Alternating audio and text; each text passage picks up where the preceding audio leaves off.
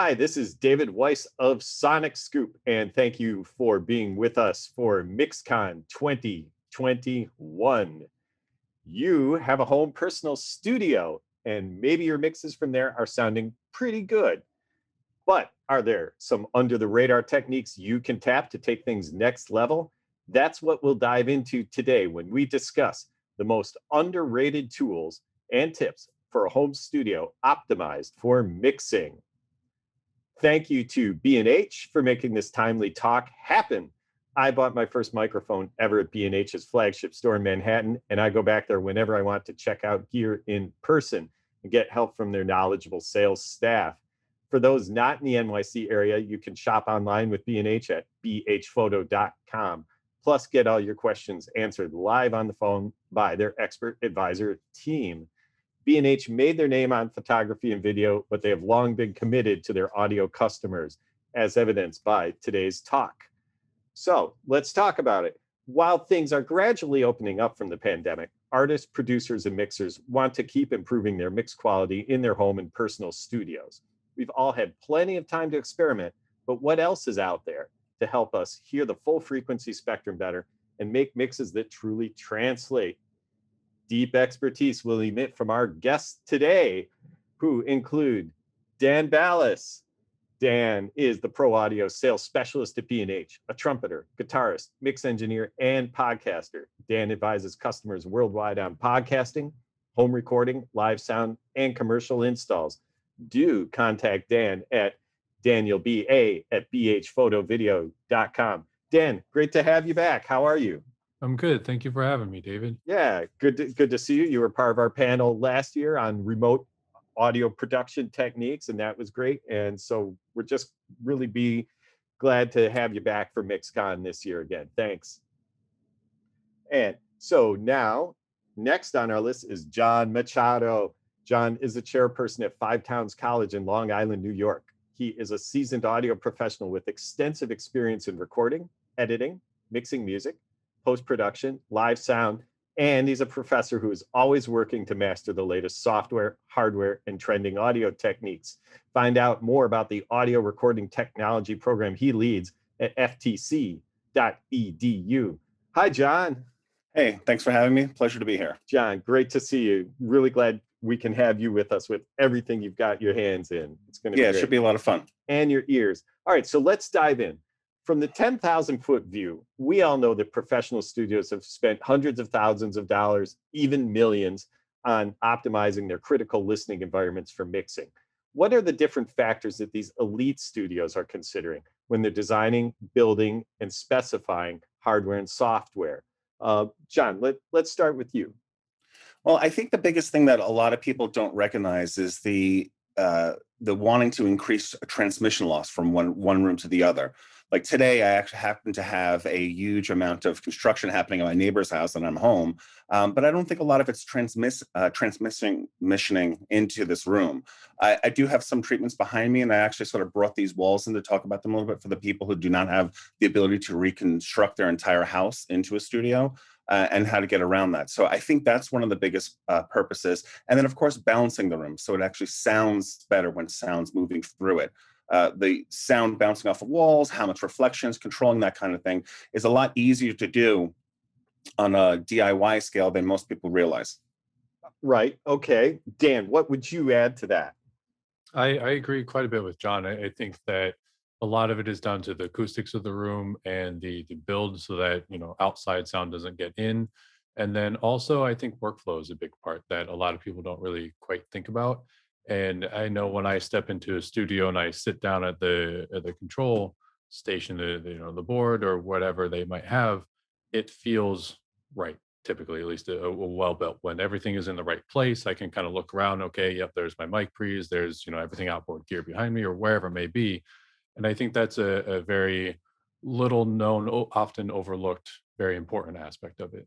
Right. Yeah, definitely workflow and having access when you need it and keeping yourself in the sweet spot. John, when you mentioned balance in the room and the way sound waves travel through it, that's, to me, that is something that is it's hard to keep track of because it's hard to see, right? Right. And we're talking about how people handle this on an elite level.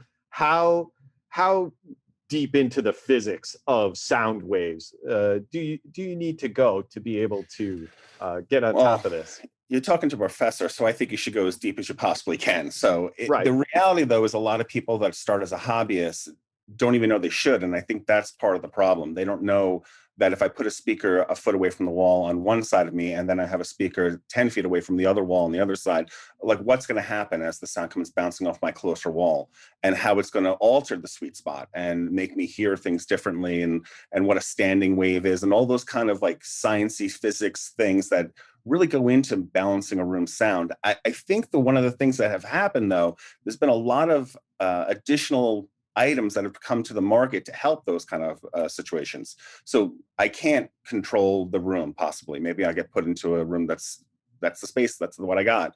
And some of the products that are out there now that help you balance your speakers, or even your headphones if you're mixing on headphones, and they have it so that it sort of combats what the room's doing to it. So even if you're not building something, those kind of software programs that come along with like microphones to measure the room that you can't see, like you said, this will help you at least hear better in that space. Right. Yeah.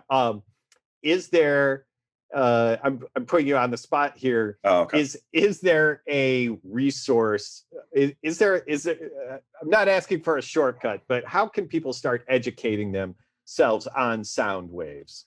Well, the one thing I mean, you have to say that even though I used to look at it as a negative, I do think it's a positive now. There's so much more information that you can gather online. There's so many tutorial videos about spacing and how to build, just even like I mentioned before, the walls behind me, like how to treat a room. You can get that information, like where years ago you would have to hire someone and, possibly pay a lot of money to do it. On a DIY level, maybe you don't have that kind of budget. And maybe your budget is to buy your computer and get software going.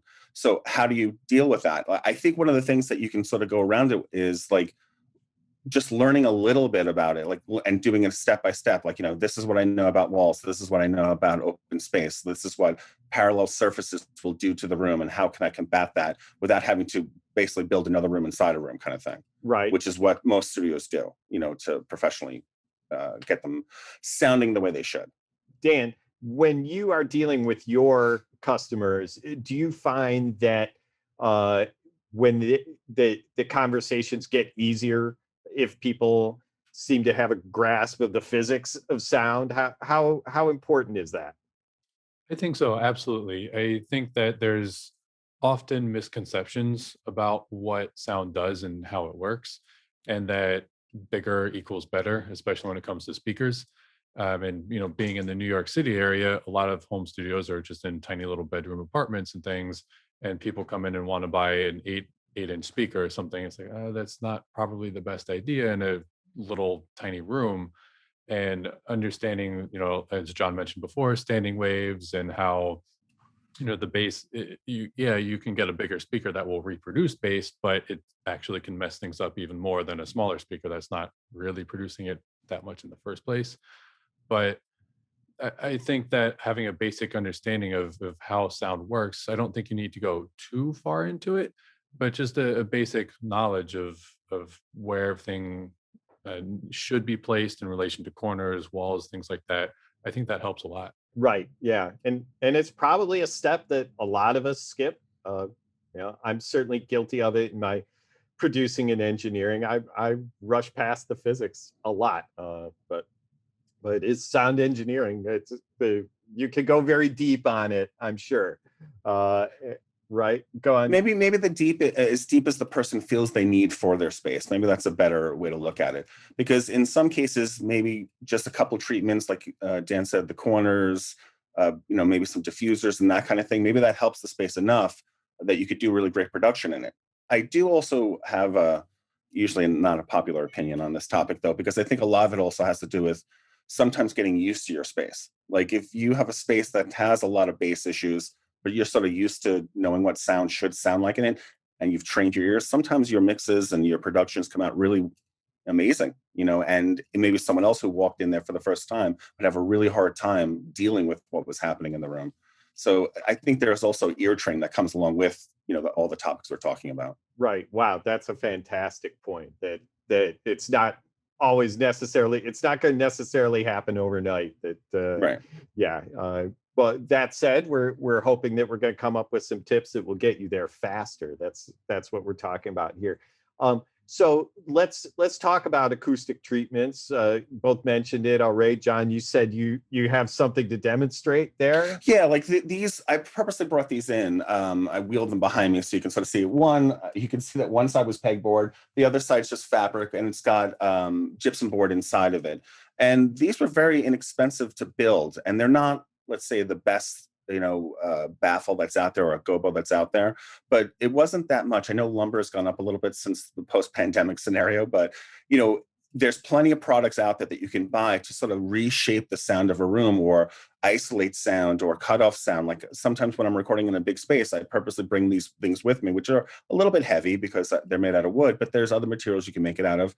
And, I purposely use the pegboard side to hang additional things if I need to. So if I'm separating two sounds, I have an absorb side, I have a reflective-ish side, and then I could put more absorbed on this side if I need to. Plus, you can hang your kids' pictures. It doesn't have to be part of the scenario that's happening here. That's a beautiful thing. Yeah, it makes her day. So, and she's the cutest kid. So but these are the kind of things, like, it didn't take much money or time to build this. It's a screw gun, a staple gun, some fabric, and just the materials. And at that point, build 3 of these, build 4 of them, and you can almost build like a little isolation room inside your room, which sort of, basically undoes the room's issues. Like, so you can sort of like, cut off some of the problems that are there. At the same point, there's plenty of companies that make these things pre-made.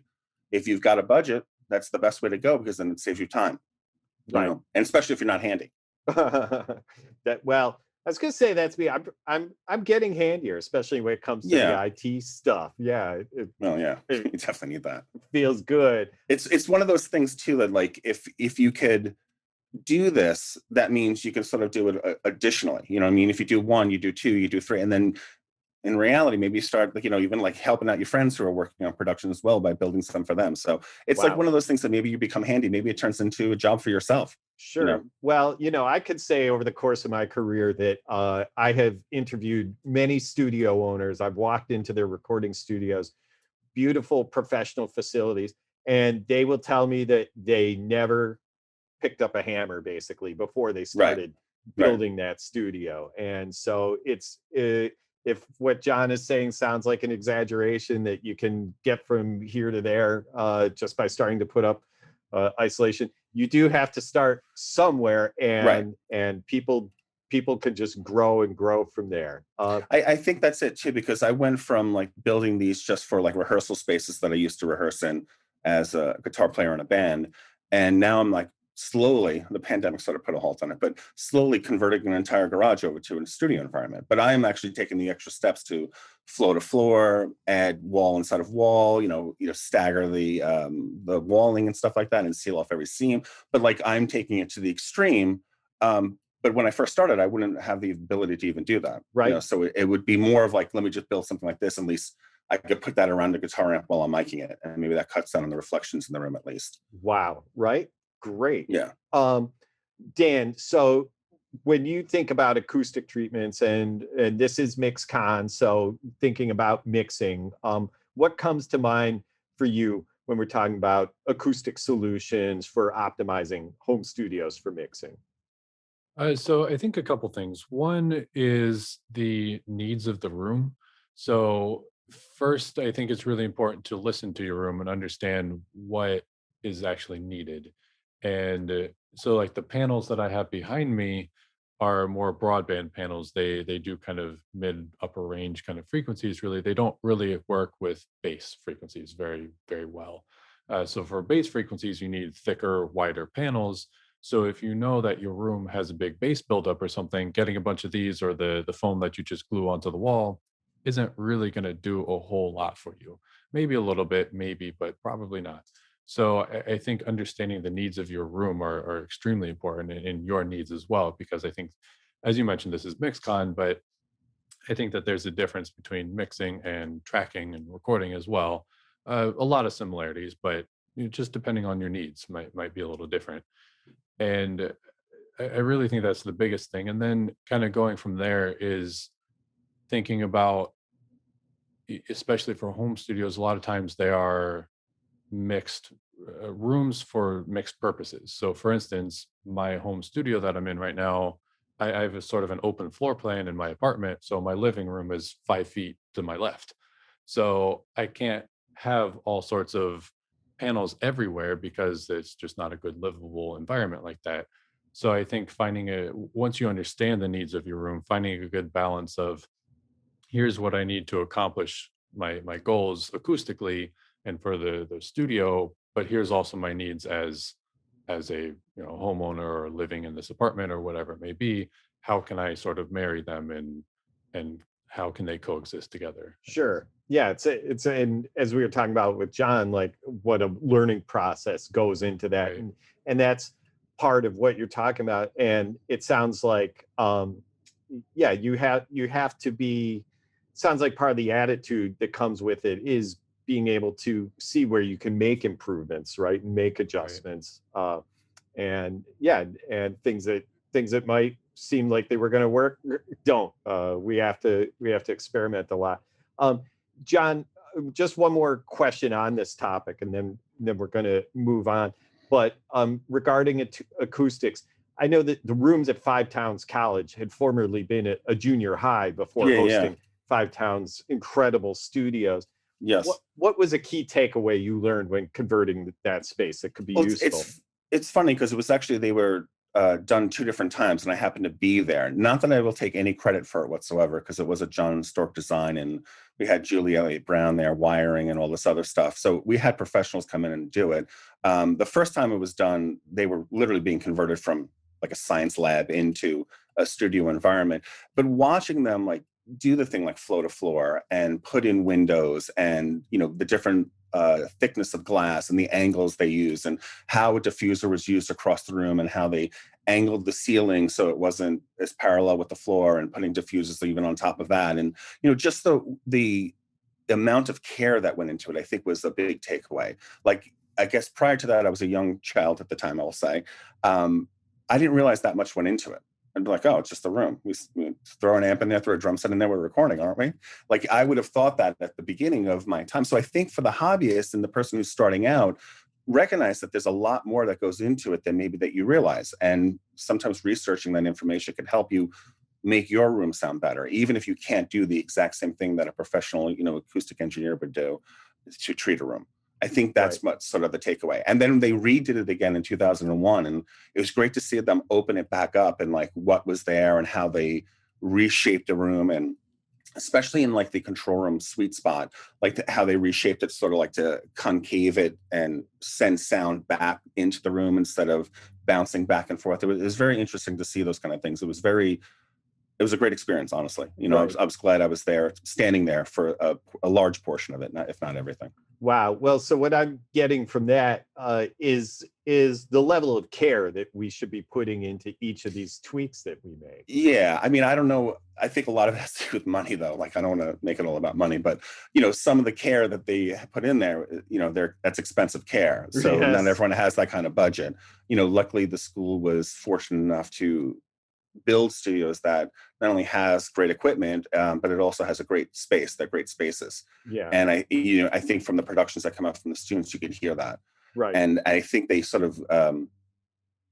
I hope the students get that while they're sitting in those spaces. I know they do in a sense of, because when I talk to the graduates, they're like, I want to go back. I wish I could go back 5 years and like, start all over again. And now knowing what I know, apply myself even harder than I already did. Like, Sure. so that does happen. Well, I think the takeaway there then is like people if you don't have a big budget, then you should plan on putting some time into the tweaks and Yeah. that you're going to Yeah. make. Again, I know I keep harping on these walls behind me, but that's exactly how I started as a young kid. I was a teenager, and I saw baffles in pictures of studios, and that's pretty much what made me start doing it. It Sure. wasn't because I knew anything at the time, and we didn't have the internet like we have it today, where I could look stuff up. I had to like sort of guesstimate a little bit, and then luckily I became friends with a studio owner who's no longer in business, but was for many years, and you know befriended that person, ended up starting working there, and then they showed me, hey, do it this way. This is the materials you should use, Right. and this will be your costs, and you could do stuff then, in the home environment. Right. All right. Well, we're gonna keep making friends. Hey, that's Right. what it's all about. Group, especially in this business. Group hug, audience. Yes. Yeah. All right. Ask us anything. All right. So now we're gonna hit another part of the studio, which is computers and storage. So now, what are some less obvious tips, things that both of you can share when it comes to this? Dan, we're gonna start with you. We can talk about what comes to mind when you think about optimizing your machine. I think one of the biggest things is storage, that like you mentioned. I think that is huge. And I mean, I myself have 5 or 6 different hard drives and copies of all of my work everywhere. And I think it's extremely important to have backups of your work, because if a hard drive fails and that's the only place that it's located on, you're dead in the water. And there's sort of a general rule of backups, which is the 3-2-1 rule. So that is, you have 3 copies of your work on 2 different media forms, and one of them is offsite. So, if you're working on a mixing session, have 3 different copies of it, the one you're working on and 2 backup files on 2 different media. So maybe you have it on your internal drive and then maybe your external drive, or in the cloud, or if it's an archive, maybe you burn it to a DVD or something. Don't go old school. And then one offsite would be, typically nowadays, probably the most common is like the cloud, whether that's Dropbox or Google Drive or whatever. Or again, burn it to a DVD and put it in a storage room, or pass it off to your parents and say, hey, here's my archive session. Can you just keep this little box of CDs or something? And that way, if there's a fire in your building or whatever, you don't lose everything. You have some copies, some backup somewhere. Right. And these things can happen, including theft. They right, certainly know about high profile producers who had entire albums stolen just weeks from completion. So these things sound far-fetched, but they absolutely can happen. These are Unfortunately, yeah. disasters. John, what would you add there? I think everything Dan said is pretty much right on point. I wouldn't say anything much more than that, except for I think most people, when they start out, they don't realize that this is important. So they learn the hard way. And I think the hardest way to learn something that you should be backing things up is that moment of time when your drive doesn't mount. And now you're staring into the sky going, how am I going to tell all my clients that everything we've been working on for months is now gone and I have none of it? So I think that will, if it's Scared Straight, I think it's the show they used to use. It's almost like one of those things that like you have to be like, either someone's making you do it or you have to be scared into doing it, because, especially if you're working at a high level, where people are paying a lot of money to the production and you are the one in charge of it. If you don't have reliable, I'm not even going to say like just good backup, but like reliable backup, like some companies guarantee data retrieval, so that if it does go down, if the drive is able to be retrieved, the data is able to be retrieved off without too much, too much of a pain, that you can get some of the stuff back. I think that's an important. So when you're purchasing the drives, like don't, I guess, cheap out. Don't buy the cheapest thing out there. Try to get something that's reliable. Sure. And then the backup is, I can't stress that enough. And I've had plenty of students, and I've had a scare once, and I know, colleagues of mine that have lost things, and they're like, oh, I was going to back it up. I just got too lazy. And the laziness that comes along with not backing up, because it's time consuming to do some of these things. But to quickly just say the positive with cloud storage, that's like an amazing thing that's available now that you pay for, but it's going to be there. It's not like the cloud's going to collapse anytime soon kind of thing. And even if it does, hopefully you can get it back too. That's where the 3-2-1 rule comes in. Yeah. To play. So I think that, what Dan said is like pretty much on point. And so when we're talking about drives, we've been talking about them from a storage standpoint, but also what should we be considering in terms of performance? Is it essential that it be a solid state drive? That I know some people feel that way. Well, the only reason I feel that way is because of the non-movable parts. You know what I mean? With the old disk drives and stuff like that, and like even, I used to back stuff on DVD, like Dan mentioned that before. Like those things could fail in a sense of mechanical issues. When there's no movable parts in the drive, not that I haven't had a problem with the solid state drive as well, but it was mostly a mounting issue. It wasn't the drive. It was just, we had to just fix the mounting problem, and it was perfectly fine then. But there's no movable parts that break as easily as the older disk drives. And I think that's just been an improvement in just storage. Absolutely. Dan, what are the questions that you get from your customers when it comes to drives? A lot of them are based around kind of like what John was kind of talking about with solid state drives, and also versus sort of the hard disk drives, and how like solid state drives are more expensive.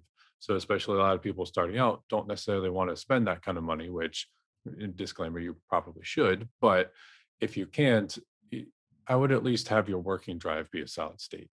Because, like John said, it's a little bit more reliable. There's no moving parts in it to hopefully fail as much, but also it's a faster transfer speed and everything. So if you have, your sample libraries or anything on that drive, it's going to read it much quicker. Your computer in sessions will read it much quicker. Your backups, you could probably get away with a hard disk drive. You can get, 10 terabyte drive for, I don't know, 150, $200 or something, and that'll hold you for years and years. But again, ideally an SSD. And then also different types of backup file, or not files, but types, I guess, like RAID drives, and how you configure your drives and things like that. So, if you have 1 terabyte or 10 terabyte drive, like I have a 8 terabyte drive, and I have it split up into 3 different RAID configuration setup. But keep in mind that, yes, those are different drives, but it's still one physical drive. So don't have one drive that you go, okay, I have 3 different copies of it on this drive, because that's still only one drive. So just be aware of that. So we've been talking about the nuts and bolts. Let's step inside the machine and talk software. What should home mixers turn to? What are some recent discoveries you've made? Whether we're talking plugins or general best practices, software that can really boost your results when it comes to mixing.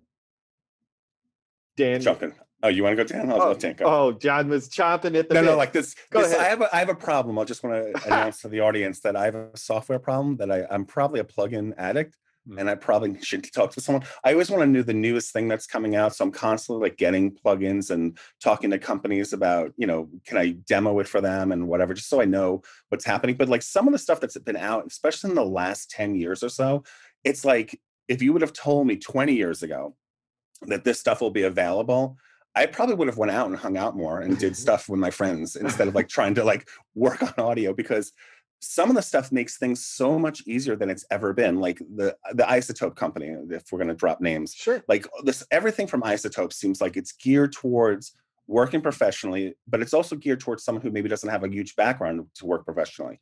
So like their music rebalance, where I could take something that I've even already mixed and bring down the vocals and push up the drums, even though it's a 2-track, like that's incredible. And, if let's say I want my mix to sound like whatever artist that I'm really into, I could drop that into the software program, and it will tell me and give me choices, not even just tell me what exactly to do, but give me choices of how I can make my mix sound very similar to that, or if not very close to it. And we've bench tested it at the college to see how well this works, and works pretty well. I'm going to say it's not 100%, but it's definitely close to 100%. I'd say in the high 90s. And that's incredible. And then this is probably where you have to cut me off, just to keep going here. Like their RX software is, to me, like, science fiction, 30 years ago or something like that. Wow. Like I just did an RX demo with students where a guitar player played acoustic guitar, good microphone, sounds good, quality sounds good, but unfortunately, performance-wise, constantly hitting the wood with their pick. So they're not a strong performer when it comes to recording. Out live, no one's going to hear that. But in the recording, because it was so isolated, vocal guitar only, you constantly hear these knocking on the wood. And we removed every single one of them. Right. Not there. So basically like magic, took out the little pick noise hitting wood, which was pretty loud. It was like louder than some of the, arpeggiated strings that were being hit. So right. It's just, that's incredible. Right. And I'll let Dan talk for a second. Sure. Okay. All right. Dan, what do you want to say? I'm with you on all that. I think Isotope is incredible, and I have RX, and it's just incredible. There's Incredible. there's oftentimes when I work in a lot of like hip hop, R&B, so a lot of vocal kind of production, and especially when one other thing about going to a pro studio and having a pro engineer there is they know the best recording practices and techniques as well. So when you're recording at home, you as the artist or whoever the artist was or recording them might not have the best recording techniques. And what I mean by that is often I get vocals that have a lot of mouth noises and clicking and popping just from, you know, as weird, gross as it sounds, spit buildup and whatever. That's why And I'm rinsing out with water, Dan. right, right.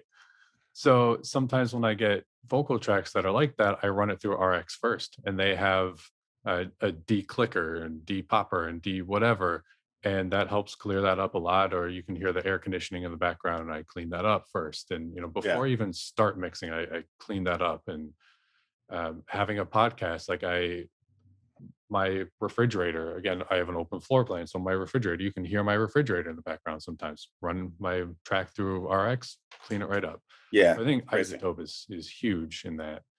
And then we kind of mentioned it before, but there's a company called SonarWorks that does headphone and speaker calibration to help recalibrate your room and kind of EQ the speakers and whatnot to the room. And I think that's really important too. And I think being in a less than ideal room, companies like SonarWorks can really help you achieve better results in light of a poor room. Yeah, definitely. I actually use in this room. I literally have the microphone sitting right here. I don't want to be like Yeah. a product drop, but like only because like, when I talk to students about speakers and headphones, I unfortunately don't have the most popular opinion on how to choose and how to choose wisely with it. But to once you do choose how to make it sound better in the space is definitely one of the things that we go for. And SonarWorks, that's an amazing software program, and it's so easy to use, and the price point is very, very inexpensive. It's not like like I don't want to say smart software is expensive, but it is. It's fairly expensive, and so to do something on that type of level is a lot, where this could be very accessible to someone who's trying to make their space sound better. And plus, if you're just doing headphones, like they have a library of headphones, but to take it even a step further, then you move over to the Slate Digital stuff. Like, so if you look at Slate Digital, their new headphone system is coming out where I can now not only feel better in my space, I can now feel like I'm mixing in a different space. So I can eliminate my space completely and feel like I'm actually in a professional studio and get that environment. I think they've even gone a step further. I can listen to what it's going to sound like through like the old school boombox and in my car without ever leaving my chair. And, even though this is a fairly new product, just like the other products, they'll get better, and I think that's what's out there. Like I remember when I first heard, amp simulators, I would have been like, oh, I'm a guitar player. So I have like a wall of guitar amps off to my right here. But I don't know if I'm ever turning them on again, unfortunately, because unless I'm playing a show, because these were not that great when they first came out, and now they're amazing. So if we're here now with these things that we've just mentioned, where are we going to be in 5 years from now? Like it's going to be that much better. Yes. Yeah. So well, and one more question on this tip then is like, John, you said that you're constantly testing plugins. And right now we can get free demos of so many plugins. You can get them for a couple of weeks, so full power, which is great, except it's not so helpful since we can demo so many of these. So we only have so much time. So what are the ways that we can narrow down which plugins we're going to demo, and how do we test them? What should we be looking for? Is there a checklist? It's funny that you say that, because even though I think I have a problem with plugins, I actually tell people don't have the same problem. Just try to get the ones. Here's ones that do the job you're looking for. I also noticed too that the newer students that I get, the younger ones, in a sense of, these years that they're freshmen, whatever, they seem to be more attracted to plugins that have color. Like where I would like look to get like a Pultec EQ or something like that, and use like the bass trick for like getting good bass and stuff like that. They would shy away from that because it doesn't physically show them what's happening. Like there's no color that comes along with it, of like some type of RTA or something like that bouncing the waveforms up. So I think the go-to when I tell students about what's out, I usually talk about it from my own personal experience. Like, hey, this thing just came out, it's really cool, let's do a quick tutorial on it in class and talk about it, and and say what the positive and negatives are, and then from there they then make a better educated choice of which plugins to get. instead of buying everything. I teach a mixing course at the college where the whole first month we're talking about, like, narrowing down your tools. Like, don't use every EQ. Find the EQ that you most are comfortable with, and it's going to do the job you're looking for. Because, like you said, there's so many of them out there. Right. Yeah. And for that purpose, there are a lot of people who really want to max out the stock plugins in their DAW, and there's something to be said for that. We do a demo in that same course, and just for fun, to say, hey, let's purposely use stock and see how well we can do with it. Like, do we need to get the best plugin that's out there? Even though there's amazing things out there that I think are very valuable, like we just mentioned, the Isotope stuff, the RX stuff from Isotope. I'm a big fan of Melodyne, even though it's some people, I'm sure a lot of people would say it's cheating, with the vocal correction. Even though I do think the other programs that are out there, I think Melodyne offers you additional things that the other programs do not offer, polyphony, and to be able to EQ on a harmonic content level. So if you're able to think that way, and you could switch a clarinet into sounding like a saxophone, where it literally sounds like a saxophone. Nice. Those kind of things are, I think, more for the advanced people, but at the same point, the beginning stages of being able to correct time, correct pitch, figure out harmonies. I think that's a valuable tool also, like something like Melodyne, where I'm not a good singer. You guys can hear the timbre of my voice. I don't have to tell you that.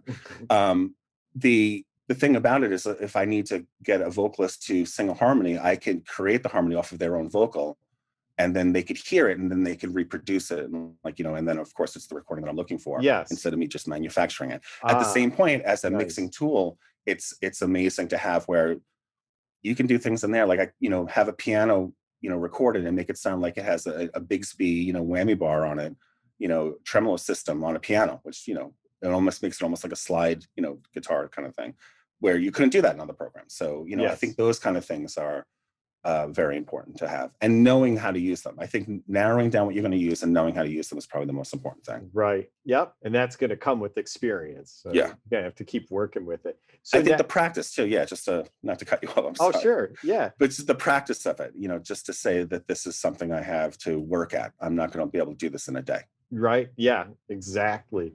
Well, guys, so now let's shift to kind of the environment, and accessories, where people are always looking for a magic bullet that's maybe going to help them in some way. What are things that you've seen when it comes to, if we're talking to computer screens, which isn't an accessory, but it's a different part of the workflow. If we're talking about computer screens, keyboard stands, racks for rack gear, speaker stands, speaker isolation mounts, monitor controllers, cable ties. What's come your way, Dan? What do you think of in this respect? So that's, I guess I have a maybe cop-out answer a little bit. I think that's sort of personal, because I think, as I kind of mentioned before, I think workflow is very important, and everyone's workflow is a little bit different. So I think that, to me, those cable ties are actually one of my favorite things, just because I don't really like seeing cables, and I love being able to tie them in the back and everything. And sort of all of the things that you mentioned there, I think, are important, but exactly how to set them up and in what configuration, I think, is very personal. So I've kind of helped build some like project studios and home studios for people, and I kind of sit down with them first and say, hey, what do you want? Like, what's your current workflow like? What do you like about it? What don't you like? What do you want to change?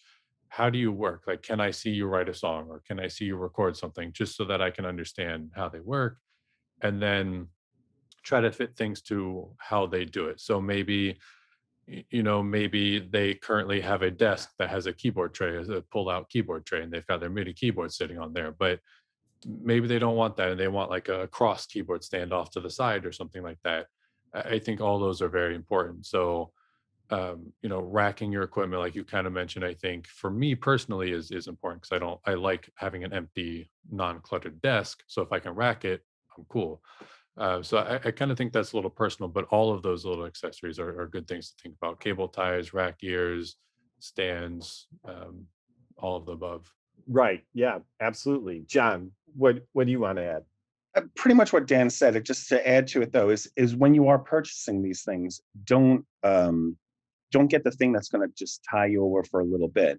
Like if you're going to buy a keyboard stand, get one that's going to be lasting you, a decade or two. It's not that you're going to be using it for a little bit and then you strip the piece that holds it up and you've got to buy another one. I just think that sometimes spending a couple extra bucks on the item that you're going to use long term would be the best thing to do. And exactly what Dan said, like organizing where you sort of plan. I think you plan for what you have right now and what you can afford to get right now, and then leave room for the things that you think you're probably going to want to add so that you don't have to reconfigure the entire thing. So like they have a lot of mixing like workstation furniture that you could rack stuff in, but it'll give you like 5 pieces or six or 7 pieces, something like that, depending on the sizes.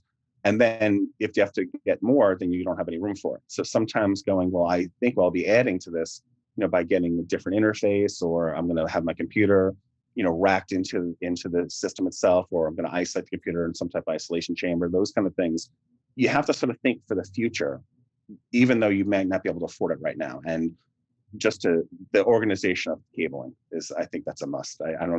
I don't know how people, when I walk into like places that I know that, and there's cabling everywhere, like, right. And you got to reach for something and 7 cables come up as you grab the one thing you were reaching for. That's very frustrating for a lot of people, especially in the creative moment where they're trying to push and finish. So I think organizing that way would be your best bet. Right. And so what I'm always interested in, and Dan, it sounds, maybe you see a lot of this, like if you're at someone's space, how do people break out of their box of the setup that they put together and flaws and all? They've gotten used to it. How can you, but there are definitely upgrades to be made in terms of workflow, in terms of acoustic. How can our people listening at home take a step back, look at your space and start to reevaluate it again? I think that's a good question. I think that sometimes really focusing on, okay, what do I do often and how do I achieve this? So for instance, if you play guitar and your guitar is yours stored in a case 10 feet away, and you're like, okay, I play guitar like every day. And your current workflow is I take it out of my case, I plug it in, I do this, and it takes you maybe 2 minutes to set up. 2 minutes doesn't seem like a whole lot of time, but when you think about it, if there's a way that you can have that be a 15-second setup, then let's try to figure that out. So maybe we get you a guitar stand or something to the side, and maybe like a little cable hanger next to your desk or something, so you hang your guitar cable right there. So now all you have to do is pick up your guitar, plug it in, and play. Or even on the software side, maybe like I don't have an amp in my room, so I just use software emulation, amp emulators. So I actually have a Pro Tools session that just has an emulator that is on my template. So whenever I want to play guitar, I just open up that template and it's good to go. I don't have to actually apply the plugin, dial in the settings. I just have it there. So I think focusing on the things that you do really often and then trying to figure out if you can do that more efficiently. Right. Yeah, that's a great place to start. What do you think, John? That's I agree with Dan, because time matters. Like if you have to like even set up microphones too long, like people get impatient, especially if they're paying by hour. And knowing that I always work this way. If you always work a certain way, having templates just saves time. Like where all the inputs are set up, all the names on the tracks are already there. Organizing with like because the names on the tracks there, it'll be attached to the file you're recording. Having like maybe the whereabouts, like Dan said, like. Dan's a guitar player, I'm a guitar player. So they're sitting right here. Like I reach back here and I don't have to like go, where's my guitar? Oh, it's sitting right back here. I turn, I grab it, and then I go, kind of thing. So it's setting yourself up ergonomically where everything's in arm's reach of what you want, and especially the things you're using them more often.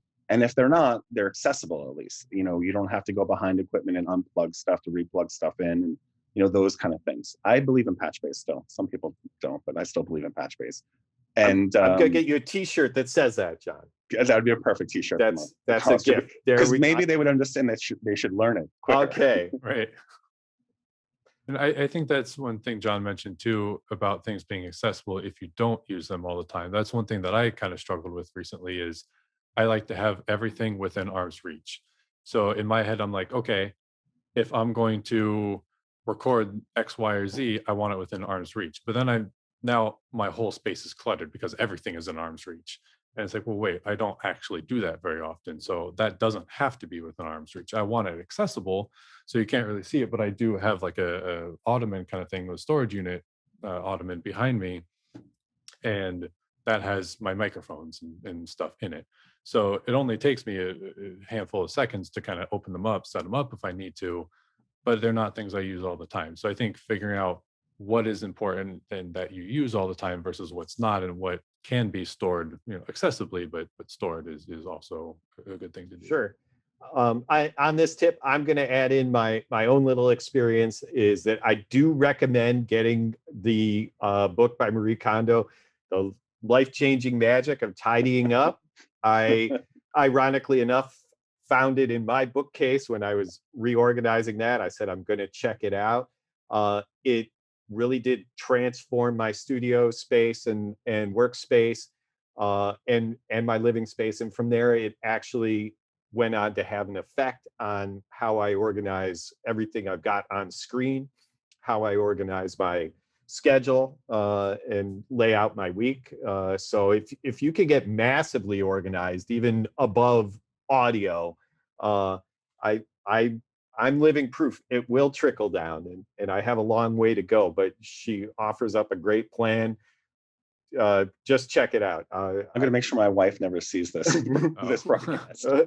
She would be like, she's like, see, I've been telling you this for years. Oh yeah, yep. You only know till when you go through it. So now that takes me to my last question: is that I want to talk about just how we can use our heads better to mix. What are things that we can do that have to do with balance, either balance during the studio day or balance in our lives, that there may be some hacks that'll help us to be better mixer people. Interesting question. Yeah, that's a real tough one. I actually am a huge proponent of balance in your life, like you kind of mentioned. And I think that music especially, and I don't want to go off on too much of a tangent, but music and creative and art are all creative things that I think you need to have a good life balance. And oftentimes, especially in younger years in people's career, it's just work, work, work, no sleep, no whatever. And I don't think that's good. So I think having a good balance of, hey, I need X amount of hours of sleep a night, and I need to spend time with the people that I care about and do things outside of music that I actually enjoy doing. I think all of that actually makes music and the music creation and music process just better overall. And I'm super into that. The on a to get down to the musical technical side of it, I think that workflow and things that inspire creativity are also big. So even things sort of going back to accessories a little bit, things like lights and how your room looks and do you feel at home in your room, and things are very important. And because if your room is only technically correct, and yes, it could be the best acoustically treated room in the world, but if it's just boring, then that doesn't really inspire music very much, I think. So, get some fun lights or candles or wall decorations or something to help kind of spruce your space up and make it you. Wow, great advice, Dan. John, what do you think? I don't come from that world, unfortunately. Right. My life is hectic literally all the time. If it wasn't hectic, I'd be like almost shocked. But I do agree with the space. I think people have to feel comfortable, and most other people don't have my world. So I recognize that their comfort is very important, and to be able to feel relaxed and be able to work through a project is important to them. I personally, and not everyone feels this way, work better under pressure, in a sense of when the pressure's on, I am so focused on it, like the world could be ending and I would have no idea because I'm so in tune to what's happening. So, I just for my own personal, I come from the world where I did work all the time, and I did work all the time overnight. I finish one job and drive to the next. Then And, even though resting your ears is very important, I do recognize that there was time to rest and take a break and that kind of stuff. But like, I prefer the pressure, I think. I think that's the reason I'm saying that is because I find myself, like I was telling Dave, you the other day that had to finish a project. I had some time to finish it earlier than this weekend, so, but if to me, I had the weekend set up to finish it. So like, Right. where I could have worked on it earlier and then maybe, wrapped it up a little bit sooner, I felt that this is the time I allotted towards it. This is the time I'm going to push through it, kind of thing. So, Right. other people don't like that. Other people do like to spend some time. The weird thing is like when I get in contact with those people and they become clients, I have to like almost like belly breathe, like like while they're getting themselves together. I'm just like, we could have been done, for the last hour, but so. But I do think comfort level for the client is very important. Being able to have a place to sit, not walking in and be like, there's no place for me to even sit in here. Like, everything's jam packed with like, crap, whatever. I think that's important, and feeling comfortable to work through parts. And I recognize, we don't have to specify each artist, but artists as a whole in general, they're quirky people. So you got to sort of like pay attention to that and like, work off of it, kind of thing. Right, exactly. Well, unfortunately, we seem to be getting to a place where we can be making music with people again, and sitting Yeah, down with them when we totally. track, mix, and master. So, well, that said, it's been great working with you guys virtually on this. And so I just want to ask Dan, John, do you have any parting words of wisdom for home mixers who are looking to optimize their environments? Honestly, we've covered most of it. I think, the best thing to do is just keep working on it, keep practicing at it. If you're unhappy with your mix, I think one of the things is find other people that are better at mixing and you bounce it off them, like, play it for them, ask them what they think. I sit with a lot of my students that are coming up, and those who have sat with me, I don't want to just, pat myself on the back, but their mixes went from like being like, yeah, they're okay, I can hear everything okay, to being really good. And some of them work like at very high professional levels right now. And I'm not going to take their, still them mixing. I'm not taking credit for their abilities, but like to open their eyes to some of the things they would never think about is very important for people when they're trying to grow as a mixing engineer. Right. All right. Get some mentors. Get yourself a mentor one-on-one. It will help. Dan, last word. I think John mentioned this before, is ear training. I think that very few rooms will be perfect, and very few home setups especially will be perfect. So I think understanding what your room or your headphones or whatever sounds like and being able to make adjustments according to that, I think is really important, and just critical listening. And at the end of the day, it's music, and understanding that we're working in music. And I'm a personal belief that even if it's the technically best mix or performance or whatever, it's music. It has to feel something. So ear training and performance. Yes. Yeah, can I add to what Dan just said? Because Please. the ear training part we didn't mention earlier, we didn't spend much time talking about it. But it's one of those things too that like it's not even just ear training for the thing you're working on. It's playing others people's music in that space and Right. recognizing, knowing that this is a great sounding mix. Like B&H has the ability to play mixes when you're buying speakers, so you can hear it out of the speakers. Like that's one of the best features. I bought my speakers from B&H like many years ago, but like I purposely went there with amazing sounding mixes so I could hear what they would sound like coming out of these speakers and make a better educated decision instead of just going, hey, what speakers do I get? Those, I guess I'll get those. And then bought the speakers. But then when I got them, I had a ear train on them. You know what I mean? It wasn't like I started mixing and I'm like, oh, these are great. As a matter of fact, I think my first 3 mixes on these speakers were horrible. And, and it took a while for me to get used to it. But like the idea to listen to other music through those speakers in that environment so that you start understanding what it's going to sound like there. And I'm going to say this, some people will disagree with me, but I think listening to every style of music is important. Like if you hear a style of music, you don't have to listen to it for enjoyment, but listening to it as an educational learning experience is the best thing you could do. I guess that's a good takeaway. Right. Well, keep listening and take note when you feel something along the way. That's and take what's good about it with you. It's a possible use elsewhere in something.